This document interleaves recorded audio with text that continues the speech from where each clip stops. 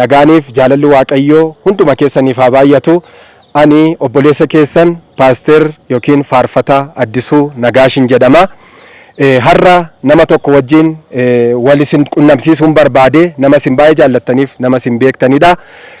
Afaanuma isaarraatii waan dhageenyu qabna. Gara isaattan isin dabarsa. Isa wajjin turtii gaarii qabaanna. Tole, maqaan kee eenyudha? Maa inni balaansi mudatee ture? Mee saba kanaaf yaadachiisi, achumaanis himi. Tole, miidiyaa kana kan dhaggeeffattan hunduma keessan akkasuma kan qopheessitan nagaan waaqayyo isiniif haa ta'u jecha. Ani akkuma beekamu faarfataa Miliyoon Lijaamuun jedhama. Namoonni baay'inaan qaamaan na beektu, warri qaamaan na hin beekne immoo faarfannaa na dhiba ilaalchi kee jedhu dhaggeeffattanii faarfannaa sanaan na beektu. Balaan irra ga'e balaa maashiniiti. Maashinii midhaan falfalu jechuudha. An akkuma namoonni beekanii hojii mataa kootii hojjechaa, tajaajila garuu hojii waamichaa godheeti kanan hojjedhu. Hojii hojjedhee of danda'a. Hojii waaqayyoo immoo hojii tola ooltummaa godheeni kanan hojjedhu. Utuu hojii sana hojjennu midhaan qonni qotee falfaluuf dhaqee carraatee kaleessumti isaa konfiraansii tajaajileen buleessaa midhaan sana falfaluu dhaqne bara 2016 ji'a afuraffaa keessa jechuudha. Nama maashiniin midhaanii sun na qabate harka koo kanaa ciqileedhaa gaditti caccabsee ergasii waggaa tokkoo fi ji'a 8 wayii ta'eera amma deddeebi'ee yaala irratti hin argamaa jechuudha. Balaan irra ga'e balaa maashiniiti. Okay, baay'ee waan nama gaddisiisu, baay'ee waan namatti dhaga'amu, balaa ulfaataa keessattuu harka isaa mirgaa irratti balaan maashinii kun qaqqabee jira. Isin yaadachiisuudhumaaf malee namni bal'aan sabni keenya hundumtuu hin beektu kallattii garaagaraadhaan argaas dhaga'aas turtanii kallattii kamiinis dubbisaas qunnamaas turtanii ammas immoo haalli inni jireenya isaatti geggeeffataa jiru haalli isin itti bira dhaabattanii deggeraas turtanii wanti mul'ataan wanti beekamaan baay'een jira. Mee maatii qabdaa? Maatiin kee haalli jireenya kee erga balaan kun si qaqqabee kaasee haalli jiru maal fakkaata? Isattaan immoo itti deebina. Ani fuudhee haadha manaa qabaa, ijoollee immoo lakkuu qabna, jalqabuma kan dhalatan jechuudha. Ergi miidhame hojii kan biraa hojjechuu hin danda'u. Harki koo miidhame harka koo isa mirgaadha. Hojii waaqayyoo hin dhaabne, hojii tajaajila waldaa nan hojjedha. Garuu hojii kan biraa hojjechuu hin dandeenye. Deeggarsa namooti garaagaraa naa godhaniin ijoolleen koo ammaarraa waaqayyo nu gargaaree jiraanne anufi koomaa gochuu hin danda'u. Haati manaa koo immoo ana duukaa achimmoo ijoollee sana duukaadha kan isheen rakkattu. Garuu ammarraatti kan nuti jiraanne namoonni biyya keessaa deeggarsaa namoonni biyya bakkees nu godhanii waaqayyo nu gargaaree ammarraatti jiraanne irraa hojii kan biraa hojjechuu hin dandeenye. Irra dabalee immoo yeroon torbeedhaan hospitaala seenaa ture jira. Baay'isaa miidiyaatti hin baasne. Keessuma torbeetti as deddeebi'a. Fakkeenyaaf dafanii hospitaalaa yoo hin bahe kamisa immoo konfiraansii dhaqa. Yeroon itti maatii kolleetu hin argine hojii waaqayyoos hojjechaa achi immoo hospitaala kanatti deddeebi'aa tureera. Hojii kan biraa hojjechuu hin danda'u. Deeggarsa namootaatiin jechuudha. Ijoolleen koo baratanii amma keeji baratu isaanii deeggarsa kan biraa hin qabnu. Erga sanaati deeggarsa namaadhaan jiraata. Kana duwwaa miti tajaajila isaa tajaajila hafuuraallee itti fufeeti chaalenjii kana keessa odeeffannoon qabuuni erga sanaallee akka albeemee hojjetteedha. Erguma balaan kun si mudate asii albeemee hojjettee saba kana biraan kan geesse ta'uu odeeffannoo qabnaa argineerrasi. Inni kun dhugaadha? Dhugaadha iyyee ani amma du'aatti jedheen kanan waaqayyo hojii walii galee ergima miidhameen albeema koo namoota biraan ga'e.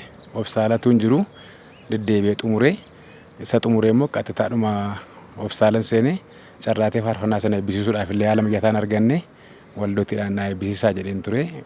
Gaafa na eebbisan immoo galgalaarra ta'e yeroo sana gannadha. Waan xinnoo sarraa argadheen mana yaalaatti deddeebi'ee yaalamaan ture. Ergima miidhame garuu albeema koo ga'eeraan namoota biraan hojii waaqayyoo hin dhaabne ani faarfataa ayyaana gaarii qabudha. Yoo xinnaate faarfannaa 600 oli kanan barreessa jechuudha. Harki koo hin miidhamin. Ergasii garuu deeggarsa namoonni naa godhaniin laaptooppii namoonni bitanii naa kennanii sarratti faarfannaa barreessaa saba immoo tajaajilaa jira jechuudha. Malee hojii waaqayyoo hin dhaabne ergi miidhamiyyuu itti fufeera. Waaqayyo isaa eebbisu. Erga sanaallee hojii waaqayyoo hin dhaabne haaluma chaalenjii ulfaataa balaa ulfaataa na mudate kana baadhee saba koo biraan kennaa faarfannaa waaqayyo ganama naaf kenne sanaanii faarfannaa 600 ol qabu keessaati erguma balaan kun na mudateellee albeemii tokko hojjedhee saba koof gumaacheen jira jedheeti kan inni dubbataa jiru. Egaa amma haalli ati irra jirtu maal fakkaata? Garamitti immoo deemaa jira? Isti waa'ee harka kee balaa si mudate kanaan wal qabate maaltu jira? Mana yaalaadha maal siin jedhanii garamitti immoo deemaa jira? Mee haalli balaa si mudate kana mana yaalaarraati haalli jiru maal fakkaata? Maal siin jedhanii balaa akkamii kana garamitti deemaa jira? Haalli harka korra jiru dura gaafa jalqabaa sanatu birriin gahaan jiraate ta'e dafee yaalama ture. Yeroo gabaabaa gidduutti fayyuu danda'a ture. Garuu gaafa sana birrii gahaan hin jiru. Achi hospitaala Ispeeshaalaayizd Naqamteen ture. Ergi yeroo dheeraa ture booddee immoo gara kanatti akka riiferii ta'uu natti himanii ammasti garuu narvoonni tendinoonni garaagaraa dudu'anii kaleessa kana kutaa dafnoo dheengaddaa kutaa opereeshinii tureen kaleessa bayanii mana yaalaati jechuudha. Amma yaala dhumaa yaalaa jedhan utuu maallaqni gahaan jiraate yoon harki koo dafee fayyeera ture. Ani immoo amaluma kootiin nama rakkisu jaallatu miti. Ergi miidhamee as malee dura utuu hin miidhamin nama birrii 10 nama gaafatu miti. Kanaaf yeroo miidhame sanas namoota gaafachuudhaan konfidensiin qabaanne akkuma miidhameen gaafa lafeessaa wal naa qabatu hojii waaqayyoottan fufee amma garuu sadhumaa dafinoo dhufu kana sadhumaa ilaallaa jedhaniiru ogeessonni fayyaa jechuudha hospitaala. Haaliin irra jiru kanarraadha ammaaf lafeensaa fayyeera waa qabuudhaaf garuu yoo dandeenye yoo waaqayyo si gargaare hin hojjennaa jedhanii beellama tokko naa laatanii jiru jechuudha. Okay. Carraadhuma beellama gaafa meeqaattidha? Eessattidha? Hospitaala atitti deddeebitees yaalamaa turte eessadha? Guyyaa gaafa kamittidha? Amma wanti isaan siin jedhan guyyaa sana maaltu ta'a kan jedhanidha. Kan biraa immoo baasiin inni si gaafatullee maal fakkaata? Haalli itti yaalamaa turtes? Yeroo duraa baay'ee gatii ciccimaadhaan yaalamaa ture. Dhiyeenyaas garuu waaqayyo namoota naa kaase namoonni akkanatti hin cannaqamne godhanii na gargaaraa turanii ammas na gargaaraati kan jiranii. Kaleessa bananii ilaalaniiru opereeshinii godhanii jechuudha. Wanti qaxxalamuu qabu xinnoo wal fagaatee jira jedhan sababa turtiirraan. Akkuma nama isinitti meetuun baay'ata gaa qabaadhee yeroodhaan yaalama ture. Wal fagaatee jedhanii yoo danda'ame lafuma inni jiru yoo dandeenye miila keessaa fudhannee yookiin harka keessaa fudhanneetu qaxxallaa jedhanii gaafa 5 jechuudha. Hospitaala Aleert asuma Finfinnee yoo waaqayyo jedhe qaxxallee akkuma inni waasii qabuu danda'u waama tokkollee akka inni qabu yaallaa jedhanii yaalli jiru ammaaf kanadha kan inni sadhumaati jedhanii kan isaan eegaa jiranii jechuudha. Okay. Gaafa hagayya 5tti hospitaala Finfinnee Aleertitti yaaliin dhumaa akkasiif godhamuu qabu kallattii siif kennanii jiru jechuudha ogeessonni fayyaa. Eeyyee yaala dhumaa isa kana natti himan isaan. Tole. Mee saba kanaan uummata keetiin uummata kee atis baay'ee jaallatta, uummanni kees baay'ee si jaallata. Ergaa maalii qabdaaf uummata kaleessa si jaallatu, har'a si jaallatu, boris si jaallatu kana atis kaleessa uummata kanan jaallatta, aarsaa kaffaltee umurii kee guutuu saba kanaaf ayyaana waaqayyoo siif kenneen tajaajilaa turte, tajaajilaas jirta. Boris amma waaqayyoo lafa kanarra si jiraachise guutummaa saba kee gidduu jirta, saba keen tajaajilta, sammuu saba kee keessa jirta, laphee saba kee keessa jirta. Sabni keellee jaalalaaf kabaja guddaa siif qaba. Keessumaa faarfannaan kee na dhibaa milaalchi kee kan jedhu kun saba hundumaa keessa nama hundumaa biraa laphee namaa keessa jira waan ta'eef uummata si jaallatu, uummata jaallattu kanaanii maal jetta? Ergaa maalii dhaammattaa? Carraa kanaan ergaa maalii dabarfachuu barbaaddaa? Amma yaala dhumaatti deemaa jirta. Waanuma siif fooyya'uu danda'u tariitii yaala sii gochuu danda'u saba kanaaf ergaatti dhaammattu yoo jiraate dhumarratti carraa kanan siif kenna. Dhaamsa dhumaan saba kanatti dhaammadhu yoo jiraate ani saba kanaaf jiraadheera. Isaanirraa waa barbaadeetu hin ta'in dubbiin waaqayyoo gara koo dhufe sabicha bira ga'uudhaaf waan jiruuf dirqama narra jiru yeroo kootti ba'eera. Carraa ta'e immoo kun na mudate malee na mudatu jedhees miti. Biyya lafaarra immoo waan jiruuf taatee garaagaraatu namarra ga'a. Dhukkubbiin qaama kootiin mul'ataa kun akka jirutti jiraate ani garuu nama ayyaana waaqayyoo qabudha. Inni immoo faarfannaan kun hojjetamu taanaan innis dhukkuba kan biraadha. Kanaaf amsan isaanitti dhaammadhu yoo waaqayyo na gargaaree yaalamee fayye jaalalli waaqayyoo haa ta'u. Itti dabalee garuu sabni kun akka isaan na bukkee dhaabbatan hin barbaada.